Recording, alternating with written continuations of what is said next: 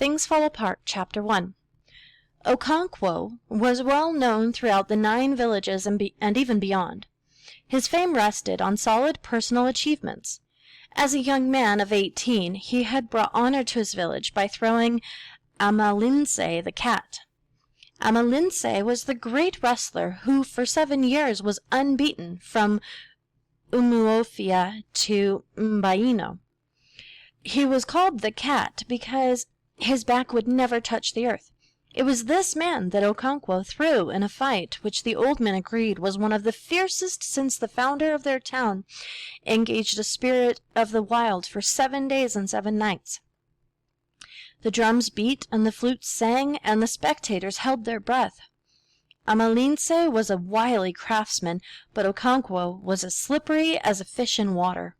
Every nerve and every muscle stood out on their arms, on their backs, and on their thighs, and one almost heard them stretching to breaking point. In the end, Okonkwo threw the cat. That was many years ago, 20 years or more, and during this time Okonkwo's fame had grown like bushfire in the Harmattan. He was tall and huge, and his eyes, his bushy eyebrows and wide nose gave him a very severe look. He breathed heavily, and it was said that, when he slept, his wives and children in their houses could hear him breathe. When he walked, his heels hardly touched the ground, and he seemed to walk on springs, as if he was going to pounce on somebody. And he did pounce on people quite often. He had a slight stammer, and whenever he was angry and could not get his words out quickly enough, he would use his fists. He had no patience with unsuccessful men. He had had no patience with his father. Unoka, for that was his father's name, had died 10 years ago. In his day he was lazy and improvident, and was quite incapable of thinking about tomorrow. If any money came his way, and it seldom did, he immediately bought gourds of palm wine, called round his neighbors, and made merry. He always said that whenever he saw a dead man's mouth, he saw the folly of not eating what one had in one's lifetime. Unoka was, of course, a debtor, and he owed every neighbor some money, from a few cowries to quite substantial amounts. He was tall but very thin, and had a slight stoop. He wore a haggard and mournful look, except when he was drinking or playing on his flute. He was very good on his flute, and his happiest moments were the 2 or 3 moons after the harvest, when the village musicians brought down their instruments, hung above the fireplace. Unoka would play with them, his face beaming with blessedness and peace. Sometimes another village would ask Unoka's band and their dancing Ewuwu to come and stay with them and teach them their tunes. They would go to such hosts for as long as 3 or 4 markets, making music and feasting.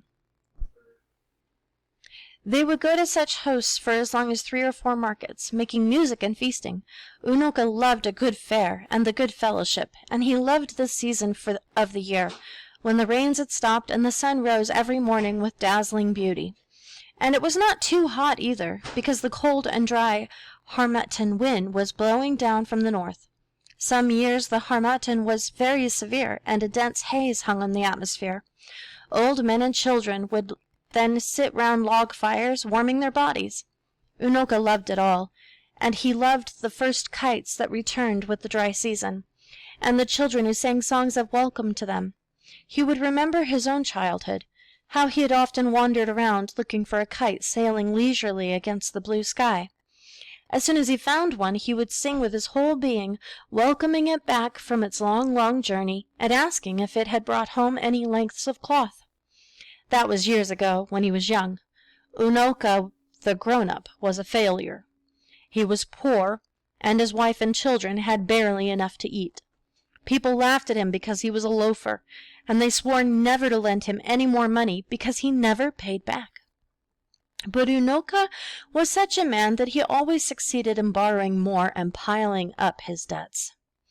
One day a neighbor called Okoye came in to see him.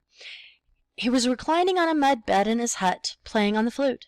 He immediately rose and shook hands with Okoye, who then unrolled the goatskin which he carried under his arm, and sat down.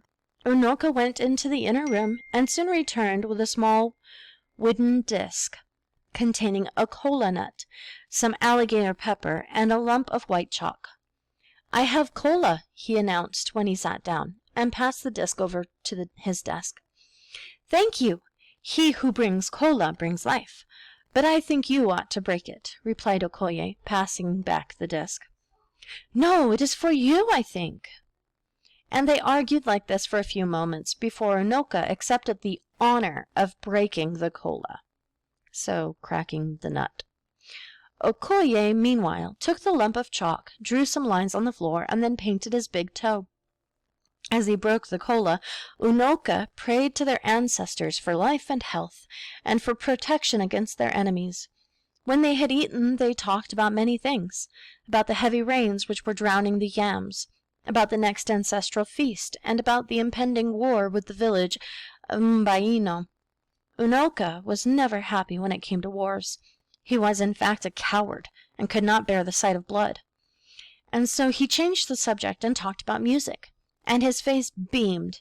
He could hear in his mind's ear the blood-stirring and intricate rhythms of the ekwe and the udu and the oene, and he could hear his own flute weaving in and out of them, decorating them with a colorful and plaintive tune.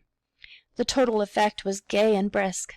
But if one picked out the flute as it went up and down, and then broke up into short snatches, one saw that there was sorrow and grief there. Okoye was also a musician. He played on the oene. But he was not a failure, like Unoka. He had a large barn full of yams, and he had 3 wives. And now he was going to take the Idemili title, the 3rd highest in the land. It was a very expensive ceremony, and he was gathering all his resources together. That was, in fact, the reason why he had come to see Unoka. He cleared his throat and began. "Thank you for the kola. You may have heard of the title I intend to take shortly." Having spoken plainly so far, Okoye said the next 6 sentences in proverbs. Among the Igbo, the art of conversation is regarded very highly, and proverbs are the palm oil with which words are eaten. Okoye was a great talker, and he spoke for a long time, skirting round the subject and then hitting it finally. In short, he was asking Unoka to return the 200 cowries he had borrowed from him more than 2 years before. As soon as Unoka understood what his friend was driving at, he burst out laughing. He laughed loud and long, and his voice rang out clear as the oene, and tears stood in his eyes. His visitor was amazed and sat speechless. At the end, Unoka was able to give an answer between fresh outbursts of mirth. "Look at the wall," he said, pointing to the far wall of his hut, which was rubbed with red earth so that it shone. "Look at those lines of chalk," and Okoye saw groups of short perpendicular lines drawn in chalk. There were 5 groups, and the smallest group had 10 lines. Unoka had a sense of the dramatic, and so he allowed a pause, in which he took a pinch of snuff and sneezed noisily, and then he continued. "Each group there represents a debt to someone, and each stroke is 100 cowries. You see, I owe that man 1,000 cowries, but he has not come to wake me up in the morning for it. I shall pay you, but not today. Our elders say that the sun will shine on those who stand before it shines on those who kneel under them. I shall pay my big debts first." And he took another pinch of snuff, as if that was paying the big debts first. Okoye rolled his goatskin and departed. When Unoka died, he had taken no title at all, and he was heavily in debt. Any wonder, then, that his son Okonkwo was ashamed of him? Fortunately, among these people, a man was judged according to his worth, and not according to the worth of his father. Okonkwo was clearly cut out for great things.